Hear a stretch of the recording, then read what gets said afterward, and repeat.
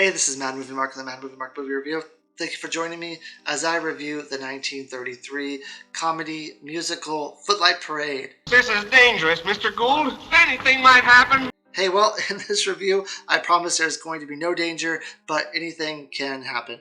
If this is your first time joining me, I'm reviewing every movie in this book, The 1001 Movies You Must See Before You Die. The Footlight Parade was directed by Lloyd Bacon. He also directed the previous film that I just reviewed called 42nd Street. In fact, they took a lot of the cast from 42nd Street, which includes Guy Keeby, Ruby Keeler, and Dick Powell, and moved them over to this movie, and they just added James Cagney and Joan Blondell. Now, James Cagney is absolutely phenomenal in this movie. If you've only seen him in gangster films, you really need to check this out, and also Yankee Doodle Dandy, because he tap dances, he sings, he has fantastic comedic energy. I can't think of another actor who's this versatile from the 1930s or like maybe even present day that's able to do drama and singing and dancing like he was able to do. Absolutely amazing, the amount of talent that James Cagney had. He could have just done musicals. Honestly, he could have just done tap dancing and musicals if he wanted to, but he was also so great at doing drama. Now, Warner Brothers revived the musical dramas with this movie because audiences were getting tired of the same old. Musicals were coming out left and right, and they had to do something different. So they added fast pacing, snappy humor, risque pre-code sexuality, and inventive cinematic choreography. And if you compare this to 42nd Street, which has the same director, it feels like it's a completely different movie, even though the cast is the same. And I think a lot of that is James Cagney, but a lot of it is also the writing and the fast-paced, snappy humor that's involved. Also, the dance sequences at the end are such a large scale that it would be impossible to actually do what they wanted to do in this movie in real life. So the plotting is a little bit off, I would say. It doesn't make a whole lot of sense, but just the dance sequences at the end are so big. There's this huge waterfall that takes up an entire room of slides and girls just going down slides. There's synchronized swimming for like 20 minutes, it feels like. It's probably only like 3 minutes of synchronized swimming, but it feels like 20 minutes. And this might be the first time I've ever seen synchronized swimming in a musical. I can't remember because I've seen so many, but a lot of the musicals I've seen are from like the 1950s to present, and I don't remember any of those having synchronized swimming. So what they're doing here is just so different than anything I had seen before, anything that I've seen currently. So there are three, like I said, there's three final massive dance sequences at the end. There's By a Waterfall, there's Shanghai Lil, which is the last one, and then there's the Honeymoon Hotel sequence as well. And I would say out of all those, Shanghai Lil was probably my favorite because it's the only one in which Cagney sings and dances. And I really think when he's on screen, you're glued to the screen, you're glued to what's happening. He's such a great actor. His pace is so fast, he's so witty, he comes at you. But when he's off screen, I'm like, with those other two performances, they're on a grand scale and they're really amazing performances.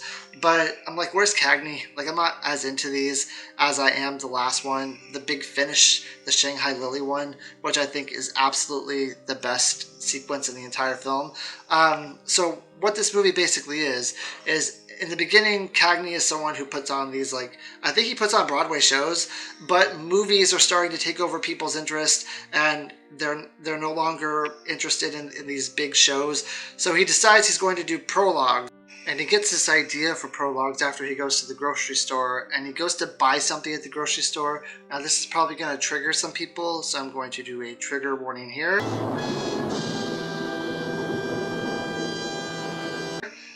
Okay, so what he buys from the grocery store is Tylenol, and then when he goes up to the counter, he says, I want to buy this Tylenol, but how come you guys can sell this for like 20 cents and the other place sells it for 25 cents? And the cashier says, oh, because we're a big chain, and since we're a big chain, we can sell things cheaper because we sell things in volume and we make for it up in volume.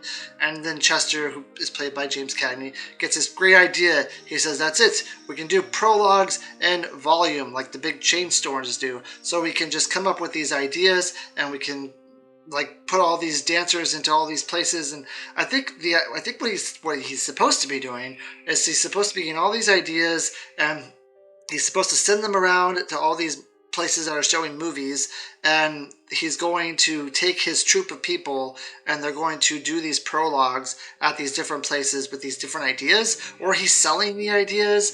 I'm not really exactly sure, because he's like the idea man. He comes up with these ideas and he says like, we're going to do this idea, that idea, that idea, and then they just get the people and they go and dance. Now the problem with this is I don't know how you can like do this on scale.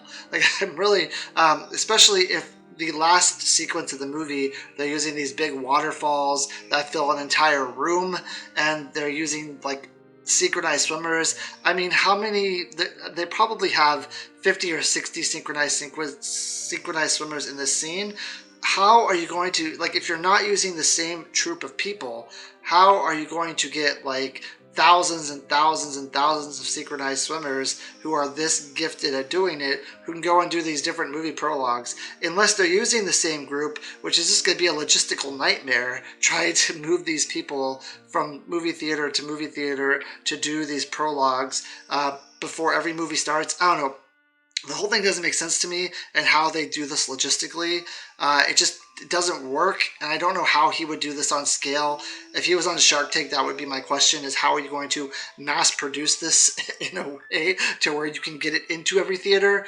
That doesn't make any sense to me. But to be honest, I was able to forget about that a lot, somewhat, and just focus on the comedy of this movie. Specifically, there's one point in this movie where he comes up with this really hilarious idea where I think someone's just petting a cat, and he says, "Cats! We're going to do an entire scene where people walk like cats. Like, I want you to go to the dancers, I want you to show them a cat, I want you to see how they walk, and then there's going to be a dance where they're just playing cats like alley cats."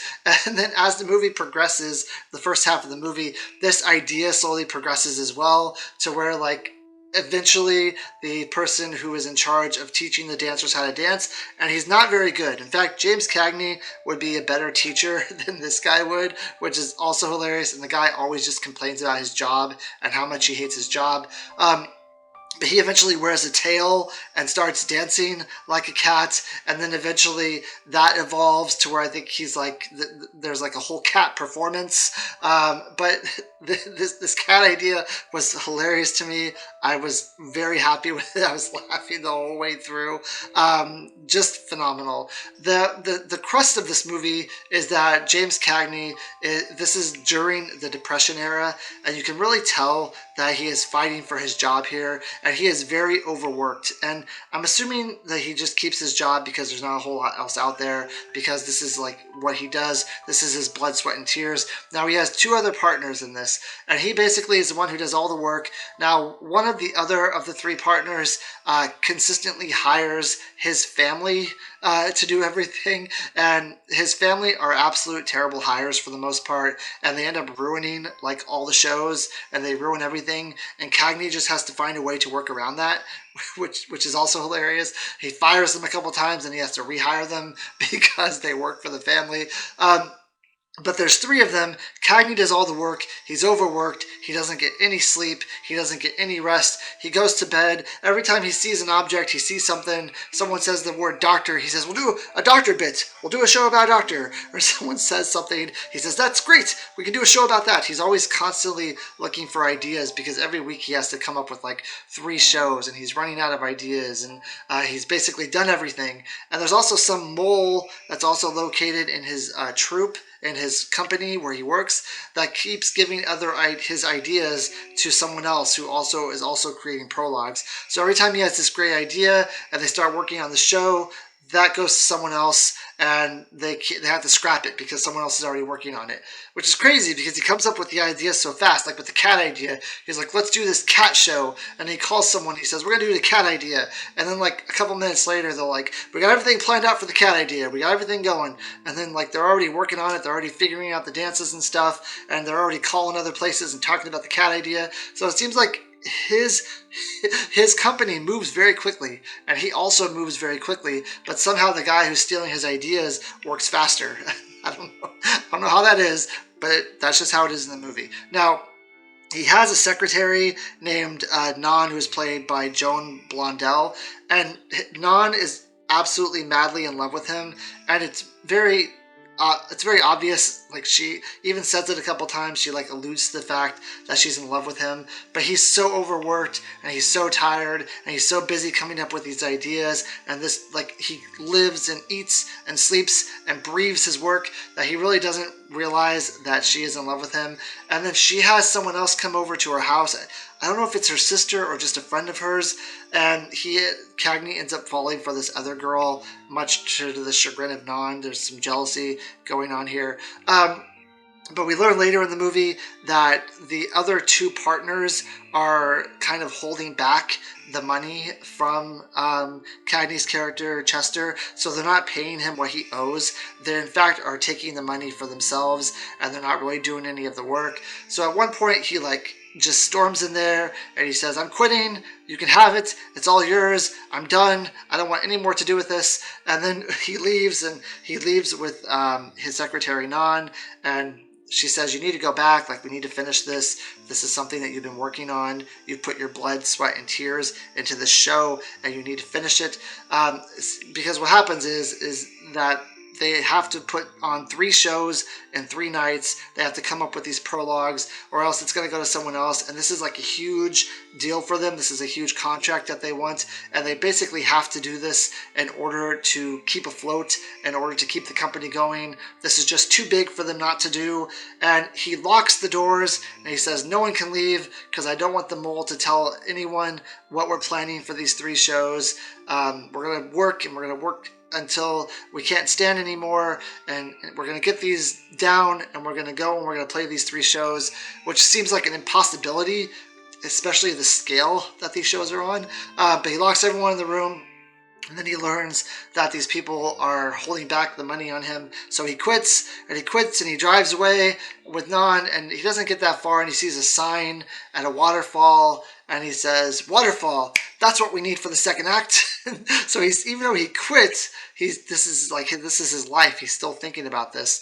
And then he goes back and he says, "I'm coming back, but I own this place now. Like, you're going to do what I say. We're not partners anymore. This is my thing because I'm the one who does all the work, and you guys have been holding back on me. This is my deal now." And he ends up putting on the show. And at the end, there's the 3 shows that he puts on, which are the Waterfall, the Shanghai Lil, and the Honeymoon Hotel.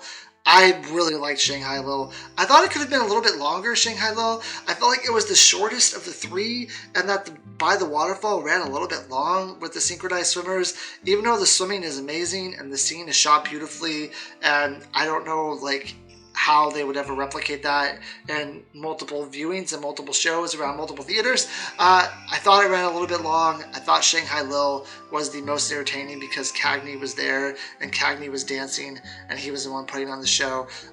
Besides that, Ruby Keeler, I think, is billed as like the first or second star of this movie, but she's really not. She had a big run in the 1930s with 42nd Street with this movie, and with Gold Diggers of 1933, which will also be on this list, which I'll also review. She was a big name back then, so maybe that's why she got first billing. I was assuming James Cagney was also a big name too, but I think she did get first billing, but she's not in the movie that much. She does play Shanghai Lil at the end, but she's kind of a background chorus girl until she plays like the lead in the last 3. She doesn't have a whole lot to do in this movie. She has a love interest. I think Dick Powell, who plays Scotty, is her love interest in this movie. Though, like 42nd Street, I kind of got the love interest and the love stories mixed up a little bit, and I really didn't care about a lot of the love stories going on, except for what was going on with Cagney and Non, because I thought that that was the most interesting. There was a lot of humor there. There was a lot of build up towards it. There was a lot of story behind it. You really are rooting for Non to be with Chester because they seem like they're really good for each other. They play off each other. They work well together. They're a good group. They're a good team. You want them to be together. That was the relationship that I only cared about in this movie. But besides that, James Cagney was absolutely amazing. The song and dance numbers are fantastic. It's just the plotting that I have problems with, and I still don't understand how it would work in real life. I guess you have to kind of suspend your suspend that a little bit and not think about that and just have fun with it and think, wow, this would be cool if it could really happen, type of thing. But I don't know if it could. I don't think it could on the scale that they were offering, especially in the 1930s. I just don't think you have the technology and the means to move this equipment in the way that you have to make this work. But otherwise, it's a really snappy, really humorous, hilarious musical. Probably one of the funnier musicals I've ever seen. And a lot of it has to do with the cat stuff that's going on. But I give it 8.5 out of 10. I enjoyed it. It wasn't like the greatest musical I've ever seen. Still looking for something to be better than Singing in the Rain. Still haven't found it. But it's not the greatest musical I've ever seen. But it's really fun. It's really funny. Great acting. It's just, if you wanted something that you can watch and just have a good time with it, Footlight Parade is probably that movie. I hope you join me next time when I review a movie called The Bitter Tea of General Yin. Thank you. Have a great day.